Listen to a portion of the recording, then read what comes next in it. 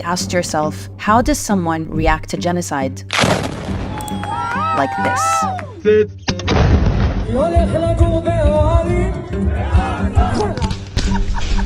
With your babies here.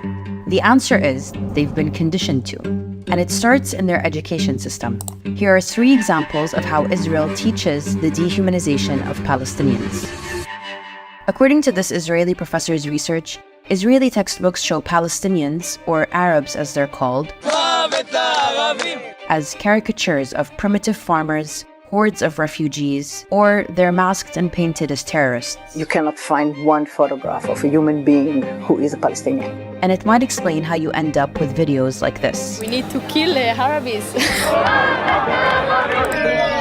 The way they are represented are as the problems and threats. And since they never or hardly ever meet Palestinians face to face or speak to them, although they may live 50 to 100 meters from them, this is what they know. If you type map of Israel in Hebrew into Google, this is what you'll get.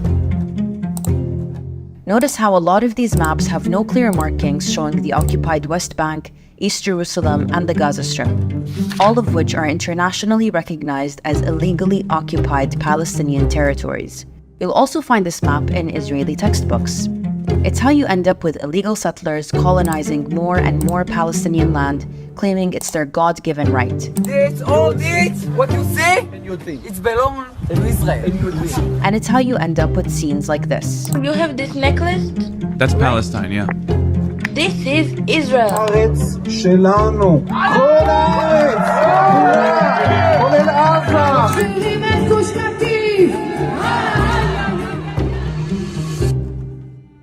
Students in Israel are taught about the Holocaust starting in nursery school all the way to the 12th grade.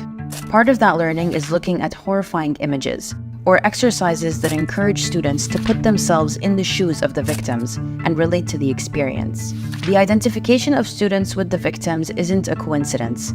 It's an intentional policy by the Israeli Ministry of Education. It's how you end up with a society where, according to one Israeli professor, every Jewish Israeli citizen is a Holocaust survivor or a potential victim of future Holocaust-like events. The goal is traumatization and revenge, and not to let the fire of vengeance die out. However, this vengeance is not directed towards the German persecutors and their collaborators in Europe, but towards Palestinian colonized subjects who are Nazified.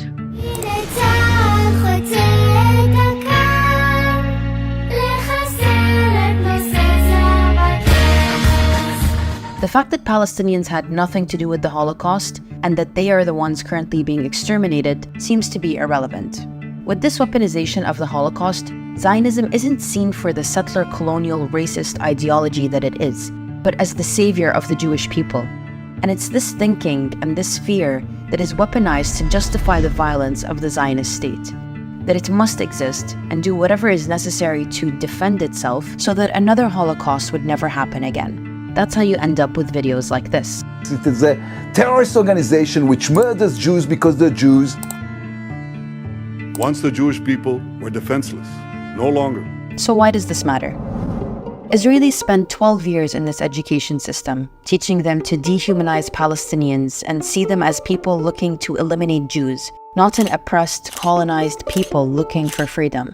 And once they graduate, most Jewish Israelis will go straight to the military to do their 2 to 3 years of mandatory service, where they become the front lines of apartheid and occupation. That's how we end up with videos like this.